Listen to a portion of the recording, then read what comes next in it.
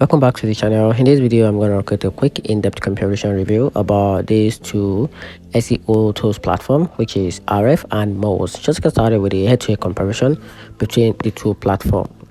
So Ahrefs in 2025 stands out as tall as one of the most advanced SEO platform on the market.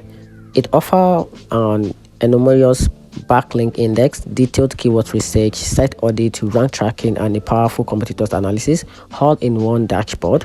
Agencies and professionals value its speed, data depth, and actionable report that makes backlink and content planning a ranking improvement far easier and more precise. So Moz, on the other hand, remains a trusted name with a strong fundamental.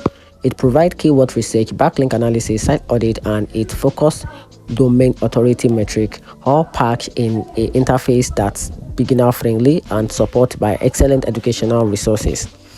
Moz is great for smaller teams or marketers who want a reliable insight without feeling overwhelmed.